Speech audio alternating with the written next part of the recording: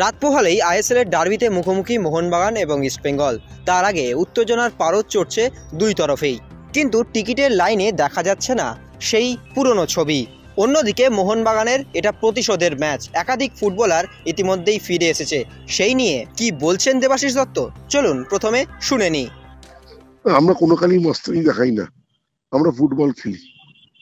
4 বছর ফুটবল খেলি, কোনো একটা টিমকে দিনের পর দিন হারিয়ে এসেছি। তারা ডার্বিতে আবার এই ডুরান্ডের সময় একটা ম্যাচ হারিয়েছিল, ফাইনালে আমরা জিতে গেছি। তো তারপরে তো আর খেলা হয়নি, একটা খেলা হয়েছে আবার সুপার কাপে, আবার কালকে হবে। মস্তানি করে আমি জানি না ফুটবল খেলা যেতে যায় কিনা। ভালো মানের ফুটবল খেলে ফুটবল খেলা জিততে হয়। মস্তানি গুন্ডারা করে, মস্তানি রাস্তায় হয়, মস্তানি মাঠে হয় না। ডার্বি আছে, পারদও চড়ছে ঠিক কথাই, কিন্তু টিকিটের সেই যে চাহিদা, সেই চাহিদা নেই। অনেকেই বলছেন টিকিটের মূল্য অনেকটা বেশি হওয়ার কারণে এই ছবি দেখা যাচ্ছে।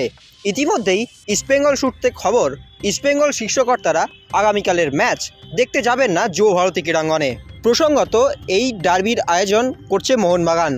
এই নিয়ে মোহনবাগান সচিবকে টিকিটের বিষয়ে জানতে চাওয়া হলে তিনি বলেন, ধীরে ধীরে তো বাজেটও বাড়ছে, প্লেয়ারদের কস্ট বাড়ছে। শুধু প্লেয়ার নয়, সব জিনিসের কস্ট বাড়ছে। তো ক্রিকেট খেলাও লোকে অনেক পয়সা দিয়ে টিকিট কেটে দেখে, সেখানে ফুটবলের সেখানে কত আর দাম হয়েছে, 200-300 টাকা দাম হচ্ছে। 200 টাকার টিকিট অ্যাভেলেবেল নয় বলছে। তো যেটা অ্যাভেলেবেল যদি প্রথম দিকে কেটে থাকে তারা পেয়েছে, লাস্ট মোমেন্টে এলে পাইনি। অ্যাভেলেবেল ছিল।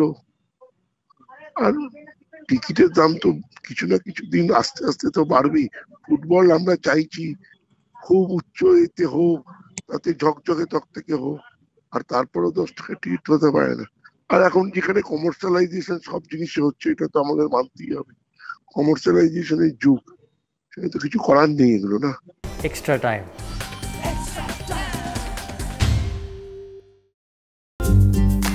লেটেস্ট নিউজ আর এক্সক্লুসিভ ভিডিওর সঙ্গে আপডেট থাকতে এখনই সাবস্ক্রাইব করুন আমাদের ইউটিউব চ্যানেল।